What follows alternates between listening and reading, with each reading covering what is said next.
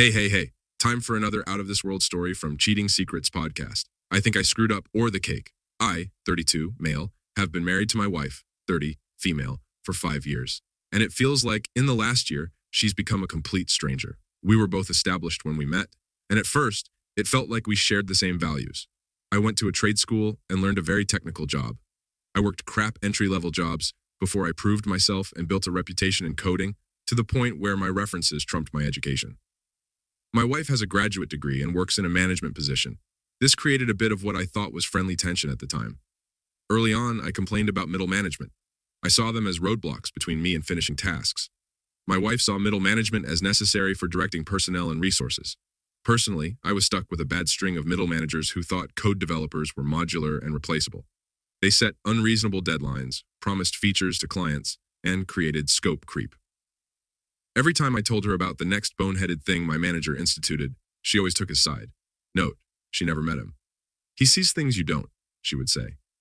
After about a year of dating, I learned to stop telling her about my day at work if it didn't involve days off or raises.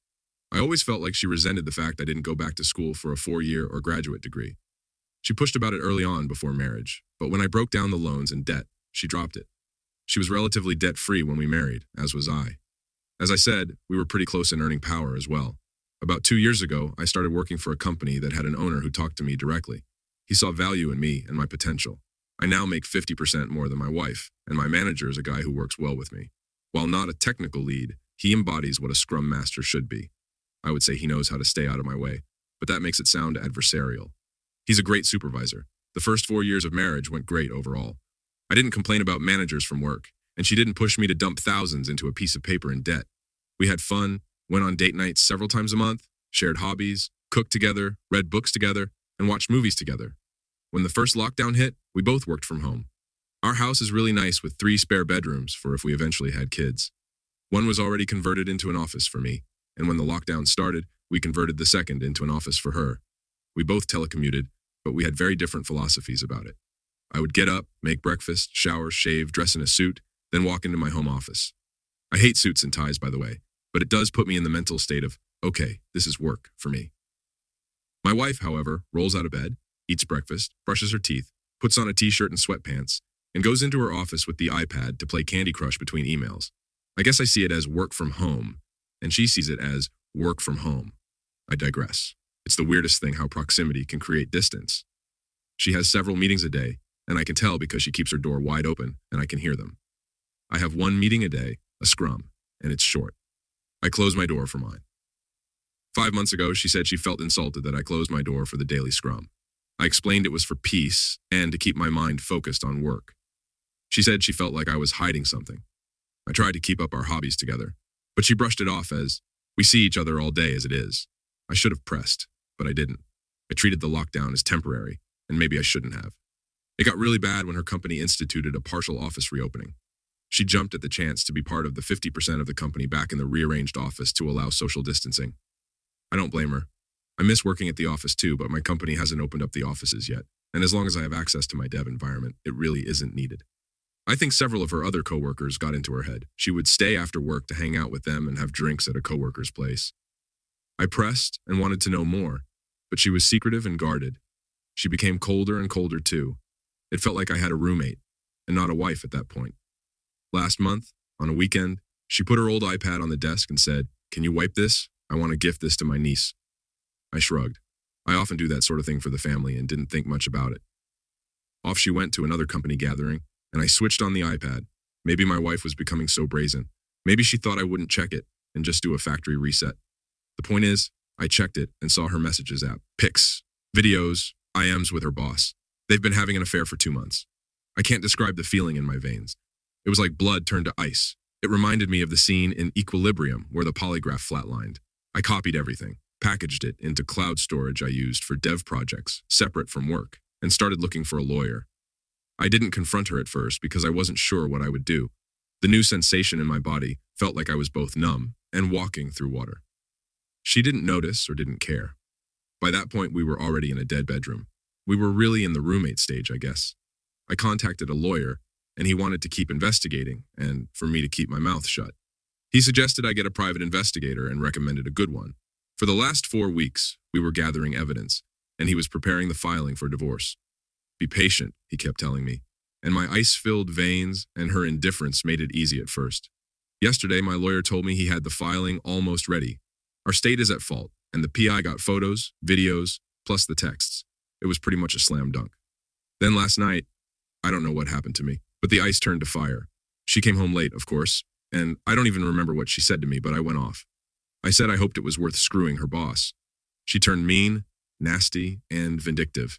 She said I wasn't there for her emotionally, that I was just lounging all day at home, even if I was earning the lion's share at home. I wasn't intellectually stimulating, even though I worked a highly technical job. I told her I had a lawyer, and she laughed. She laughed. She said my bluff was pathetic, that there was no way I was leaving her, and that even if I divorced her, she would get half my paycheck. She said if I stayed with her, at least I would get to occasionally have sex, so I shouldn't mess this up. She was a different person. I said to her, "That's not a marriage." She laughed again. "Honey, this is the 21st century. A woman can have her cake and eat it too." She laughed again and went to bed. I emailed my boss and said I needed a week off to handle a family issue. He, of course, granted it. I slept on the couch in my office. This morning, she left as I was getting dressed and only said, "Don't wait up." I went to my lawyer's office, and he said he had the papers ready. He had a process server with him and asked how I wanted the papers served. I told him my idea. My lawyer, bless him, laughed and said, "You better not. I've had so many people want to do a cutesy or revenge serving, and I always talk them out of it. Judges don't have a sense of humor." He told me this could cost me alimony or assets. I didn't care. Her words burned me. I wanted her burned back. The lawyer did his best to keep telling me not to, but he relented when he saw how serious I was about this. The process server, he heard my idea, laughed as well, and said, "You're my hero." I had to special order something with a rush cost, sent the process server to pick it up and deliver that with the papers to my wife's work. The process server told me what happened when he was done. He said he showed up at her office with the large box and papers. He found my wife talking and laughing with a group of coworkers and friends and asked her name. She confirmed and asked what it was about. He put the box on a nearby desk and opened it. It was a cake, one that you could get a custom image printed on with frosting. I didn't even know it was a thing until this morning. The image was of my wife and her boss in an embrace, clothed but obvious what they were doing, with the words, "Here's your cake, eat it," piped in icing above the image. The process server put the papers next to the cake on the table and said, "You've been served." He said what happened next was a loud screech from her. At least 8 people in the office saw the cake. My wife freaked and swatted the large cake box off the table, where it fell on the carpet but with the image still visible. Several of her coworkers started berating her, and she started crying and screaming. The process server took a hasty retreat. My phone blew up, and I just kept sending her to voicemail. I didn't bother reading her texts. She hasn't come home, but her mother texted me saying she is going to stay over there for now. The euphoric rush of the cake felt great, but as the hours pass, I'm considering my lawyer's words now.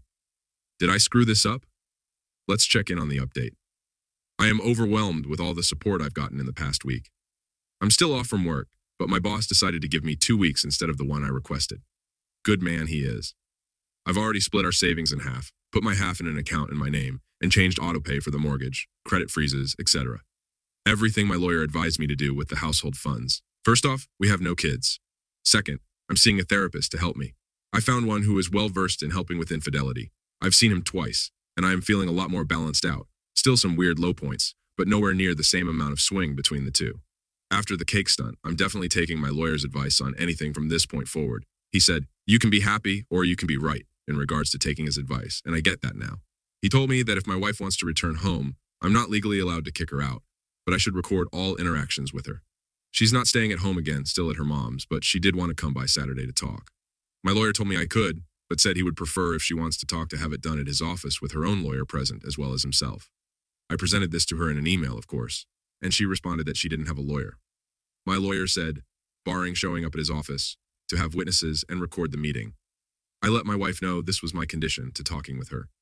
She actually accepted, so I had 2 mutual friends come in, all 3 of us with our phones on the table ready to record. She came in and tried to give me an awkward hug, but I just held my hand up and the phone started to record. As the 4 of us sat down at the kitchen table, she was actually apologetic. She said she felt like she was watching a movie versus being in charge of her life, but it felt thrilling and with a rush. She asked if I wanted to know why. I said I really didn't care at this point. She felt that she owed that much to me and told me. She said that when she started going back to the office when it reopened, she got really close to 3 female coworkers, each a few years older than her, and 2 of them divorced. She said they wormed their way into her head, told her about how she's owed more than she's getting, and constantly asked her about her home life. The ringleader was apparently psychoanalyzing me from my wife's stories. My wife told them about my issues with managers back in my early career, and the ringleader took this to mean I was threatened by educated people. The ringleader told her that I was a submissive male and that she needed to take charge as the man in her life. She said that if I found out, I might have shouted and threatened, but would eventually get in line. My wife still has her job for now, but only just. The people who saw the cake were my wife, the 3 witches, her affair partner, her boss, and, according to her, 2 other coworkers who were lateral to her. The boss immediately ended the affair and told her to only communicate with him via email. He also said that if she ever tried to show up in his office alone, he would call in a coworker immediately. The 3 witches turned on her immediately and publicly berated her for doing such an awful thing. The other coworkers, according to her, didn't want to get involved in her soap opera, so there were no reports to HR. She said her 3 friends doing a 180 on her immediately sort of shook her out of her fog. She seemed really ashamed and said she had to ask for $5,000. I was confused because there was money left in her account. I made it a point that she had it. She was living with her mom and didn't have any major expenses. It turns out the ringleader and the 2 other witches wanted to be paid for their silence. They were blackmailing her and giving her a deadline, lest HR would know all the sordid details. She was pleading for help. I told her that there is no going back to normal after this. Everything will change. That if she bends now, it will be more money later. It's best for her to report herself, her boss, and her co-workers. It would work better than having sleepless nights waiting for the knife to fall. She seemed to hem and haw on that, but she did finally ask the big question. What about us? Where does that leave us? I told her there was no us, that's done, and she best get herself that lawyer to go over the divorce. The best I can do is tell her how to handle her work situation, but she most likely needs to find another career after this. I also said she needs to go to therapy herself because someone who would go from laughing in my face to pleading for help a week later needs help sorting themselves out. She pointed out the cake, and all I said to that was, yeah, I'm seeing someone for that. She left soon after that. No word on if she will follow my advice or try to pay her coworkers blackmail. Why is it always the coworkers?